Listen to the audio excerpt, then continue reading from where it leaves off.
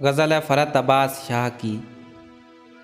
उदास शामी उजाड़ रस्ते कभी बुलाएं तो लौट आना। उदास शामी उजाड़ रस्ते कभी बुलाएं तो लौट आना।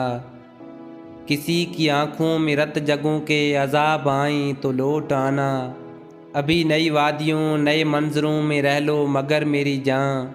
ये सारे एक एक करके जब तुमको छोड़ जाएं तो लौट आना। जो शाम ढलते ही अपनी अपनी पनाह गाहों को लौटते हैं, अगर वो पंछी कभी कोई दास्तां सुनाई तो लौट आना। नए ज़मानों का कर्ब ओढ़े ज़ईफ़ लम्हे निढाल यादें, तुम्हारे ख्वाबों के बंद कमरों में लौट आईं तो लौट आना। मैं रोज़ यूं ही हवा पे लिख लिख के उसकी जानिब यह भेजता हूँ कि अच्छे मौसम अगर पहाड़ों पे मुस्कुराएं तो लौट आना। अगर अंधेरों में छोड़कर तुमको भूल जाएं तुम्हारे साथी, और अपनी खातिर ही अपने अपने दिए जलाएं तो लौट आना।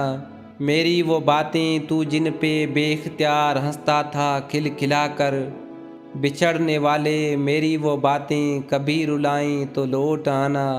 उदास शामी उजाड़ रस्ते कभी बुलाएं तो लौट आना।